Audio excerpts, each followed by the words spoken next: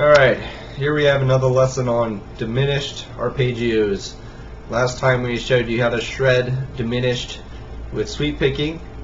This time we're going to talk about using string skipping and a variety of other techniques. It wasn't until very recently I discovered what you can do with string skipping and playing diminished. The way people usually learn the diminished scale is they play two notes that are 3 notes apart, 3 frets apart like this, and then they play that same shape and they just shift it over half a fret like that.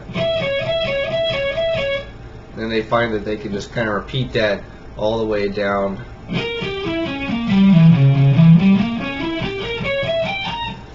Now that's the method that gives you 2 notes per string, and some people are very fast at playing up and down the fretboard with 2 notes per string, but I find it kind of hard, so I wanted to be able to play 3 notes per string and still have that same sound. So the first step to being able to do this stuff is you have to be able to use 3 fingers, kind of a wide reach.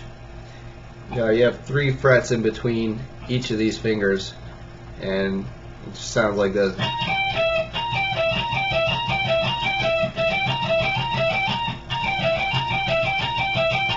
You want to play little permutations like that to get used to it. Now the hard part is moving on down the scale.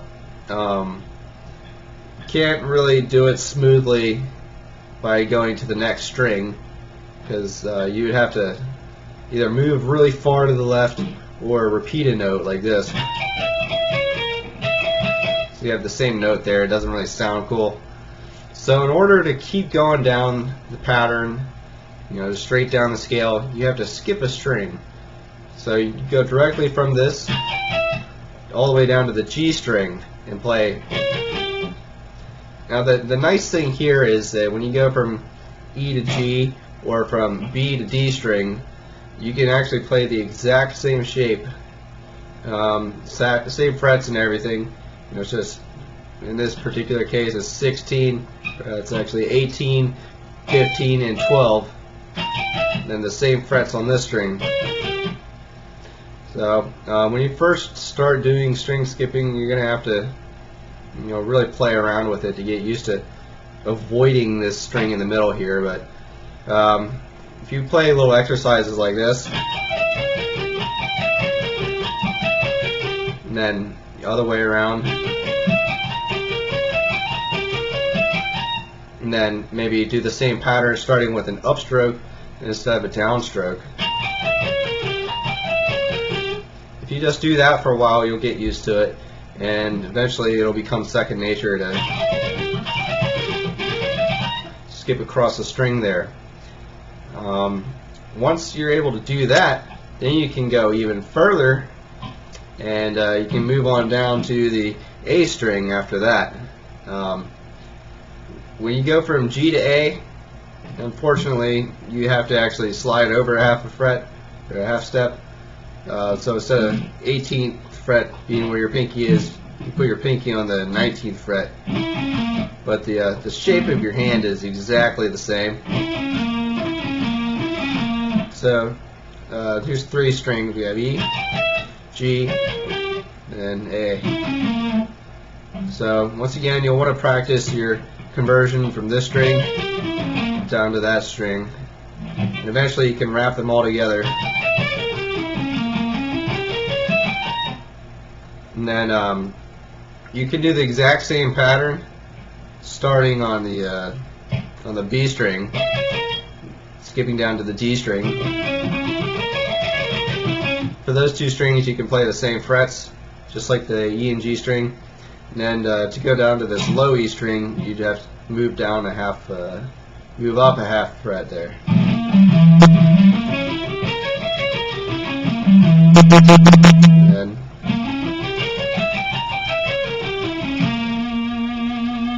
And that's basically your whole array of notes that we used in all those demo exercises I showed earlier. Okay, so now I'm going to briefly show you what I did in the demos. so you have something to practice and maybe expand upon later, hopefully. The very first thing I did was just all hammer-ons and a little tap at the end. Basically, I did the pattern we just went over, starting at the very bottom, low E string. I did hammer-ons for that. Skip up to the D string, just moving along the shape I just showed you, and up to the B string. Now we're doing pull-offs. Make sure you really accentuate your pull-offs so you can actually hear that bottom note when you let go. Same there, and go back down. So that is the first half, pretty much right here.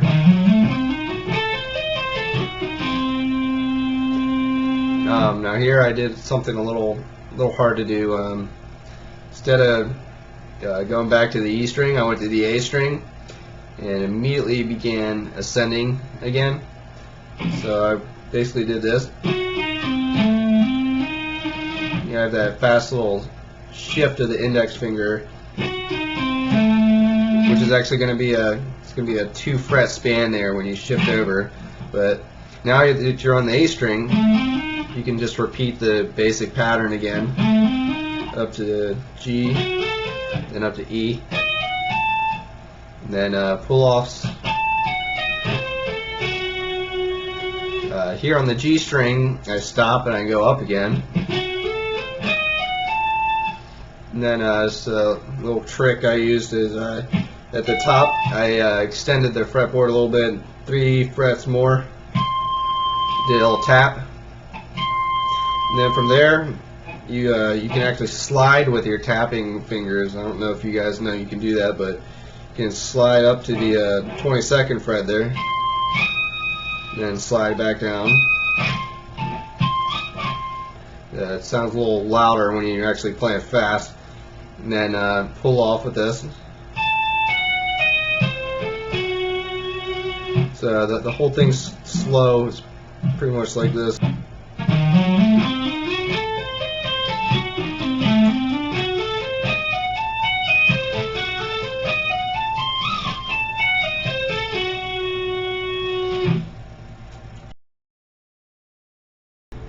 Alright, so the next little demo exercise I did was basically the meat and potatoes of this pattern played on the high strings E and G with picking. I was just going down in this particular instance, so the picking is down, up, down, up, down, up.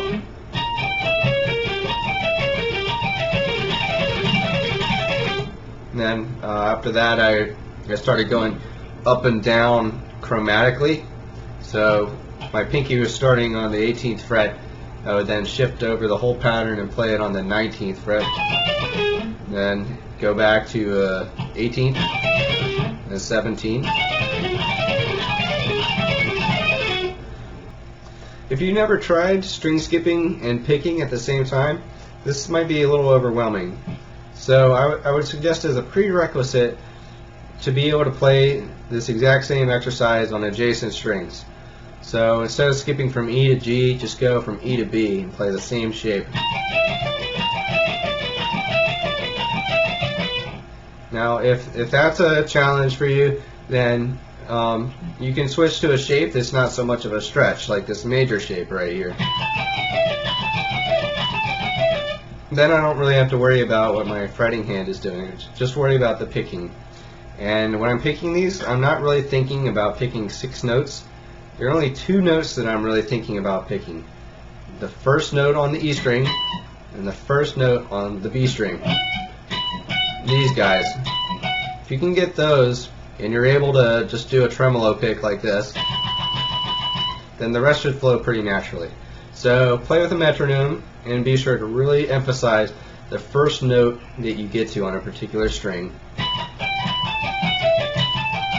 1, 2, 1, 2. And eventually, as long as you can keep those notes in time, then the rest will flow.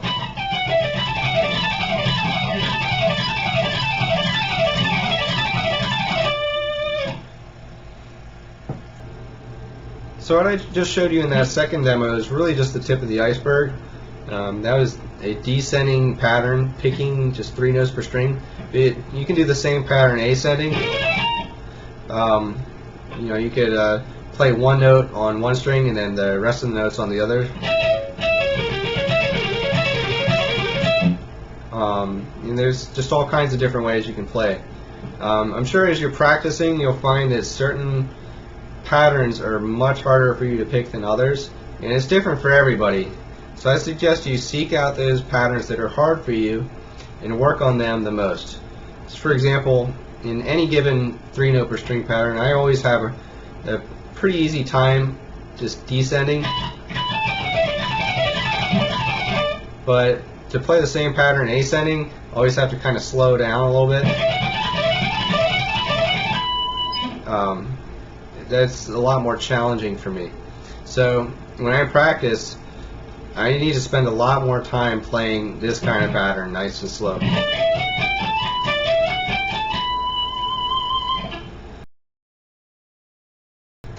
So this leads me to the last demo, which is a hybrid between picking and pull-offs. It's a very simple pattern. You're basically starting with your ring finger on, I don't know what fret I did in the demo, but let's just say it was the 15th fret. And then you skip up to the 11th fret of the G string. So you're actually skipping a note of the diminished scale. You're going right past this guy right here. So you're going from here to here. And you just continue up to the pinky note on the G string. And then you pull off to return to the starting note. So that's really the whole pattern right there.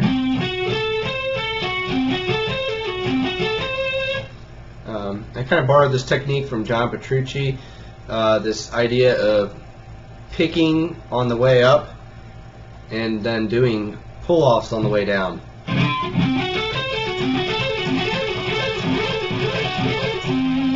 It has a nice little sound to it because it's aggressive and gritty on the way up, and then on the way down it's a little smoother, so it has some contrast in the middle of it, and it's really good to have contrast in general. So good luck with these patterns. I hope that you find utility in them and are able to use them wisely in your solos. Thank you.